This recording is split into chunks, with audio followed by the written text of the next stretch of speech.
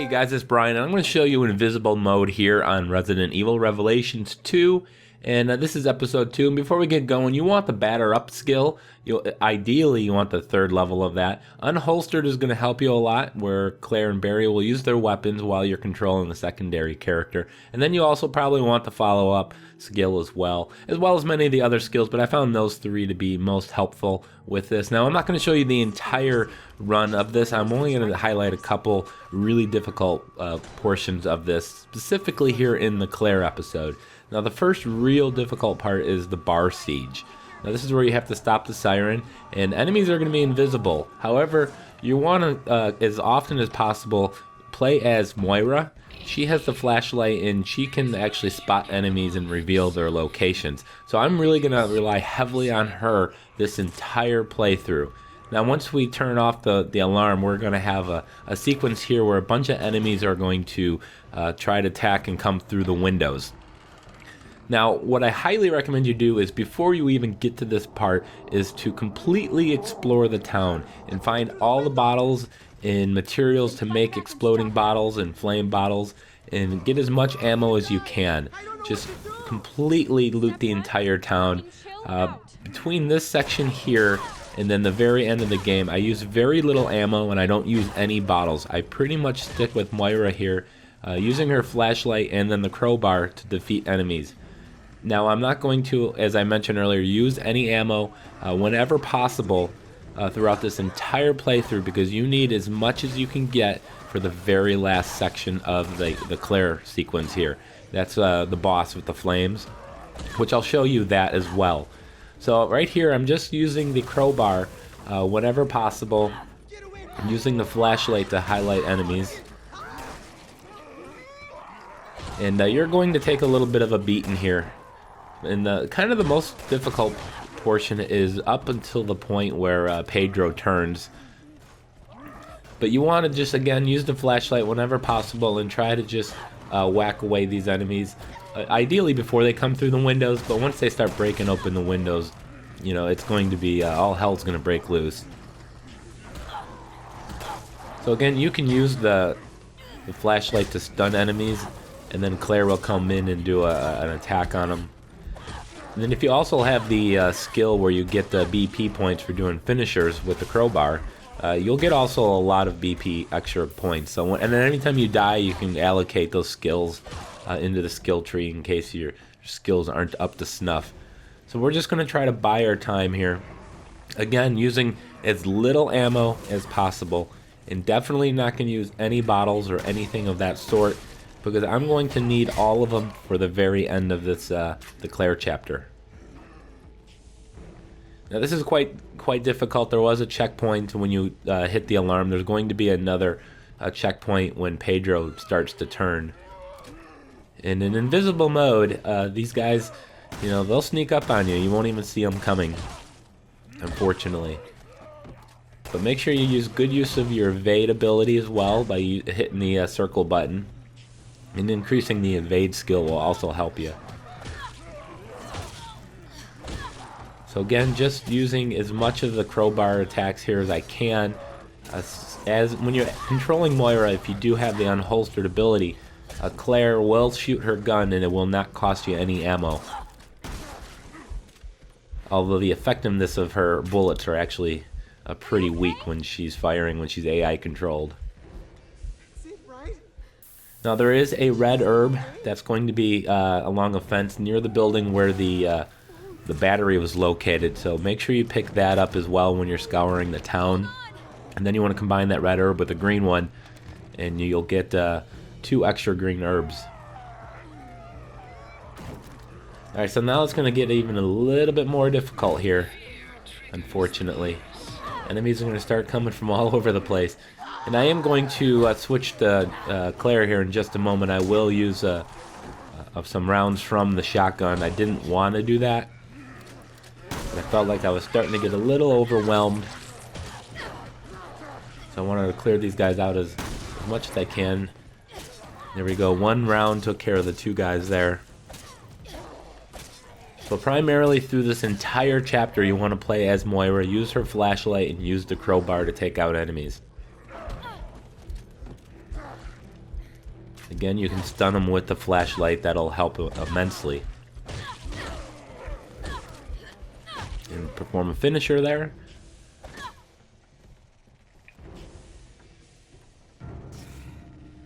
Alright, so here you're going to reach a checkpoint. Pedro is going to turn. Now normally during a Claire playthrough, if you kill Pedro here, it makes the Barry playthrough much easier because you don't have to go and defeat him. But in invisible mode, it is much easier to defeat him with Barry, so we're just going to avoid killing him here.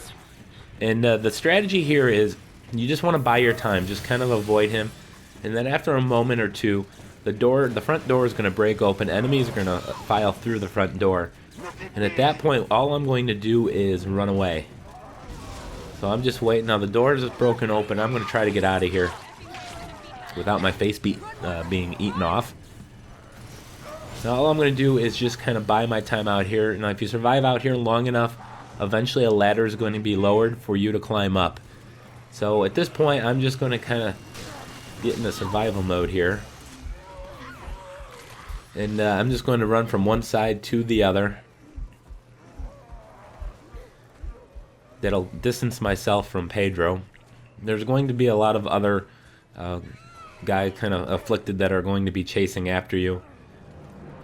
Once I get enough distance from Pedro, I can take out a couple of them here.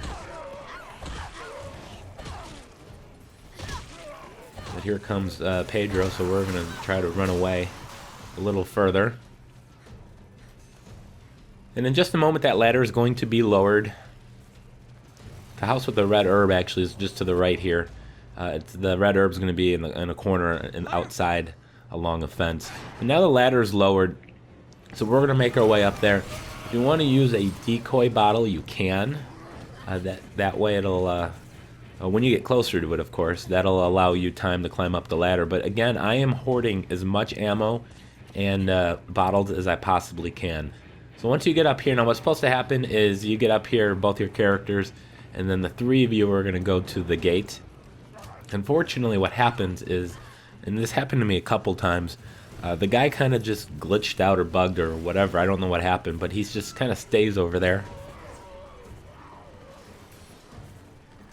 So once Claire's up here, you guys are supposed to go along this ridge over here. And unfortunately, that guy doesn't follow, so I get all the way to the exit point, and then I had to jump down and go climb back up that ladder again. As you can see, he's not following, so I jump down, and we're going to climb up the ladder. Now again, after this section, between here and the final boss, try not to use any ammo or any bottles at all. It shouldn't be too difficult. You don't have to kill every enemy. I, for the most part, just ran and skipped as much as I could. A lot of times, all you have to do is get to the door, to the exit of the area that you're in, and then it'll allow you to just bypass all those, a lot of enemies. So at this point, we're going to be in the clear, and we completed the siege. Now again, I don't want to use any bottles or any ammo for the rest of the chapter. In fact, for the most part, I think up to this point, I maybe used 4 or 5 rounds total.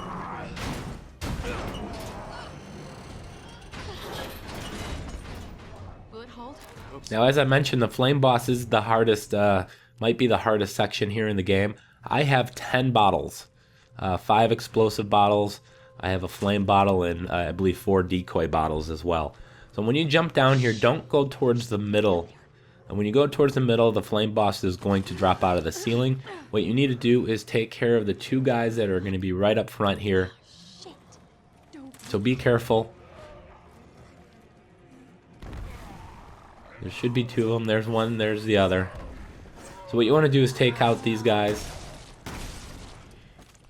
I'm using the flashlight trying to stun this guy here, and then come down and just wail on him a bit.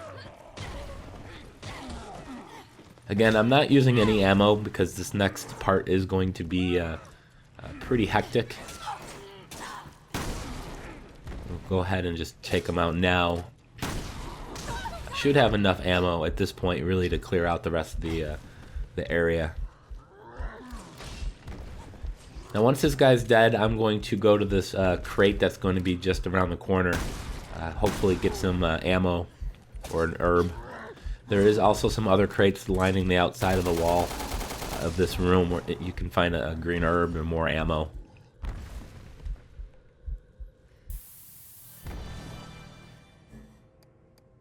Alright, you can see there I got 9 bottles. I don't have anything to stop the bleeding. And I have plenty of ammo, so I'm really good on this. This shouldn't be too difficult. So I'm going to break open this crate here, move towards the center of the room. The guy's going to drop from the ceiling. And at this point, all I'm going to do is spam all of my bottles and exclusively only use my bottles. And at the very end, I will finish him off with my shotgun. I'm just going to go ahead and use that machine gun thing real quick, and then I'm just going to throw all my bottles. I'm not even trying to select the right ones, I'm just throwing them all willy-nilly here. Be careful of his charge attack.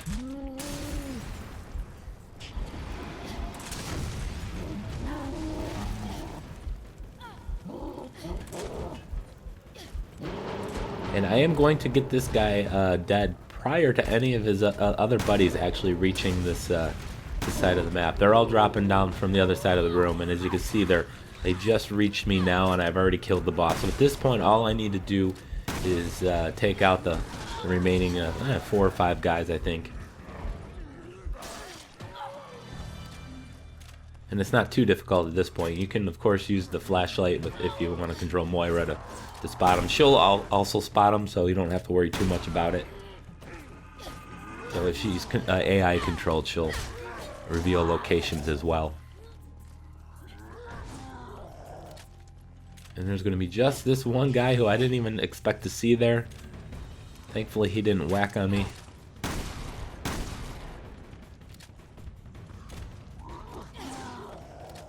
And once we take him out, we are going to be in the clear. And then I'm not going to run through any major sections of the Barry storyline. You can use Natalia's ability to see the enemy, so it's really not too difficult at all. Let's go get Again, a lot of sections there you can just bypass as well. Use stealth takedown to take out the revenants. The revenants are pretty easy to sneak up upon. But when you get to the very end, you want to make sure you shoot the eyes on Barry here. And if you use Natalia, you'll reveal the weak eye. So you want to see which eye is the weak one, and then try going after that one. After you do take out that eye, switch back there, see which one the weak eye is again. And then if you take out a couple of them, the weak ones, it will end the encounter. And you got to be real careful. This guy moves quick. You know, all it's going to take is him to hit you one time. So make sure you use good use of your evade ability. It is going to take a lot of damage for you to kill him, unfortunately. But I'm going to go ahead and use my firebomb here. And this will finish him off. I had a couple of them I used during that encounter. So that's it, guys. That's Invisible Mode on episode 2. I want to thank you for watching. Please like, comment, and subscribe.